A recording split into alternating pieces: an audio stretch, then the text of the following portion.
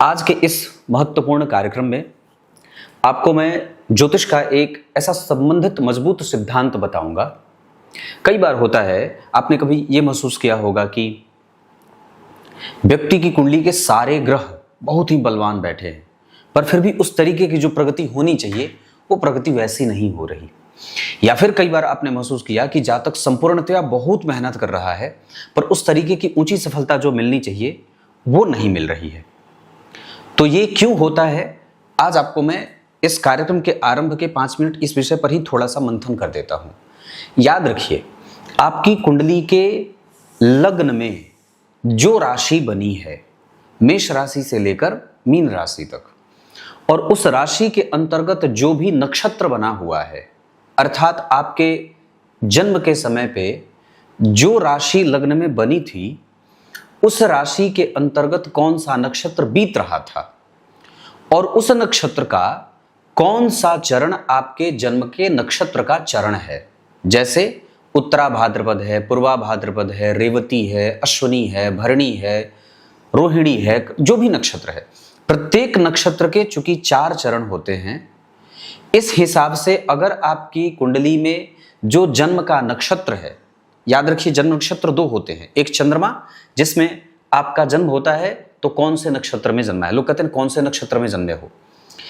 जब कौन से नक्षत्र में जन्मे होने वाले प्रश्न पूछे जाएंगे तब आपको चंद्रमा का नक्षत्र बताना होगा। लेकिन अगर आप लग्न का नक्षत्र जानेंगे तो लग्न के नक्षत्र के कौन से चरण में आपका जन्म हुआ है और उस नक्षत्र के चरण के स्वामी का संबंध आपके उस नक्षत्र के स्वामी से मैत्री का है या शत्रुता का है। जैसे इस जातक का जन्म मीन राशि में हुआ है, मीन राशि के अंतर्गत उत्तरा भाद्रपद और रेवती आदि नक्षत्र आते हैं, तो उत्तरा भाद्रपद नक्षत्र के कौन से चरण में जातक का जन्म हुआ, तो उत्तरा भाद्रपद नक्षत्र के दूसरे चरण में जातक का जन्म हुआ। अब उत्तरा भाद्रपद नक्षत्र के स्वामी शनिदेव हो गए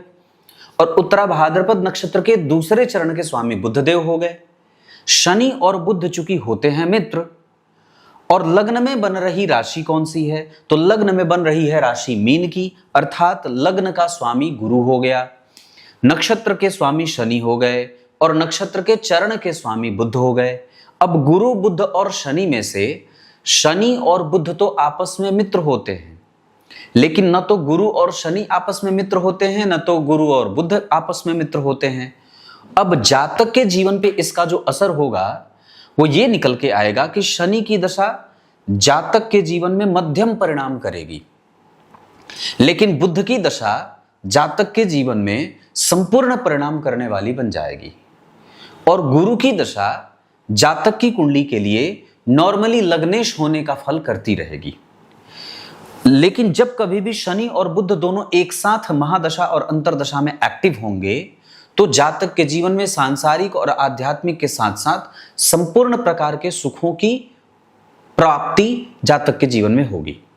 मतलब मेरे कहने का अर्थ यह है प्रिय दर्शकों कि अगर जन्म कुंडली में शनि और बुध का संबंध या लग्न के नक्षत्र के चरण के अधिपति का संबंध नक्षत्र के स्वामी से अगर मैत्री का बन रहा है तो कुंडली में दोनों ही ग्रह आपस में संपूर्णतया अपने अपने बल के अनुसार परिणाम करते देखे जाते हैं। अगर नक्षत्र के चरण और नक्षत्र के स्वामी की मैत्री नहीं है, शत्रुता है, तो ये कई बार बहुत ही ज्यादा डिप्रेसिव परिणाम करने वाला हो जाता है। आपको सिंपल सिर्फ इतना देखना है कि आपकी कुंडली के लग्न के नक्षत्र कौन सी राशि में कौन सा लग्न बना है, मतलब कौन सी राशि बनी है, उसमें नक्षत्र कौन सा है और उसके चरण के स्वामी कौन से हैं। अगर आप खाली इतना भी देखना जान जाते हैं तो आपको आपके जीवन की गति और दिशा दोनों ही समझ में आ जाएगी।